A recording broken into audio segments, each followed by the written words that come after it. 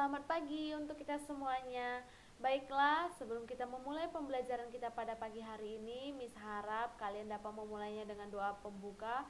Kalian dapat melakukannya di rumah kalian masing-masing. Nah, kita lanjut pada materi kita. Sebelumnya kita sudah membahas mengenai garis. Nah, kali ini kita akan membahas tentang sudut. Miss harap materi mengenai garis kalian tidak melupakannya dan terus mempelajarinya lebih mendalam lagi. Nah, materi kali ini kita bahas tentang sudut. Yang pertama, tujuan pembelajarannya yaitu mengenal pengertian tentang sudut, mengukur besar sudut dengan menggunakan busur derajat. Yang pertama, apa itu sudut? Sudut itu merupakan daerah yang dibentuk oleh dua buah garis yang bertemu pada satu titik pangkal. Sudut dinotasikan dengan simbol seperti ini, seperti gambar sudut.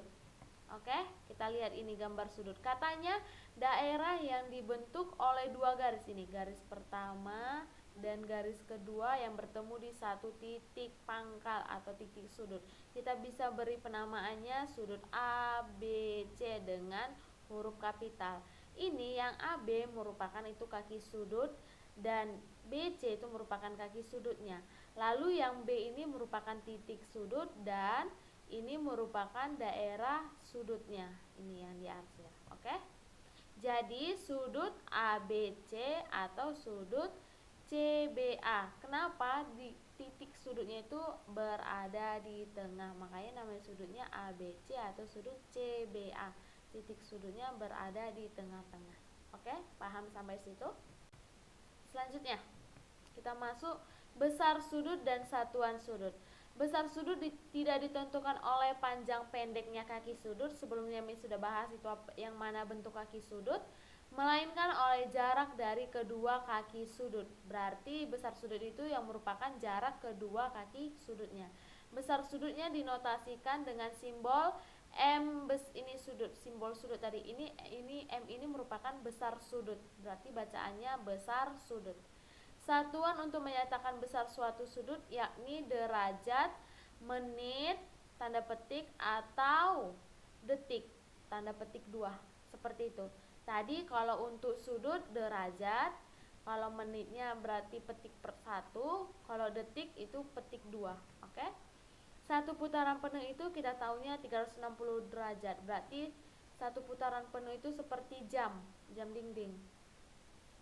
Lingkaran. Oke, seperti ini, satu putaran penuh itu 360 derajat, dan setengah putaran penuh berarti setengahnya 180, berarti 360 dibagi 2 berarti 180, yang disebut sebagai sudut berpelurus atau sudut lurus. Ini seperti ini 180. Lalu seperempatnya kita bagi 4 berarti 90 derajat atau sudut siku-siku. Pada suatu sudut lain merupakan menit, detik, hubungan derajat menit, detik dan detik. Yang pertama itu 1 derajat itu 60 menit, hasilnya 1 derajat sama dengan 60 menit. Seperti ini bacanya tadi ya, Nak. Menit itu yang hanya petik 1, kalau detik itu petik 2. 1 menit sama dengan 60 detik, hasilnya 1 menit sama dengan 60 detik. 1 derajat sama dengan 3600 detik atau 1 putaran penuh. 1 putaran jam penuh itu 360 detik. Kita tahu 1 derajat sama dengan 3600 detik. Ini sebagai pedomannya gambarnya. Oke, kita lanjut materi selanjutnya. Jenis-jenis sudut. Yang pertama itu ada sudut lancip. Nih, lihat. Sudut lancip itu antara 0 sampai di bawah 90 derajat. Itu sudut lancip. Ada yang namanya sudut lurus. Itu tadi 180 derajat. Kalau sudutnya penuh berarti 180 dikali 2 yaitu 360 derajat. Ada yang namanya sudut tumpul, berarti lebih kecil dari 90 derajat, lebih besar dari 180 derajat. Berarti di atas 90 derajat sampai 180 derajat. Nah, sudut siku-siku kita tahu itu pastinya yaitu 90 derajat. Lalu ada yang namanya sudut refleks, baru ada sudut tumpul dan sudut refleksnya seperti ini. Oke? Itu jenis-jenis sudut.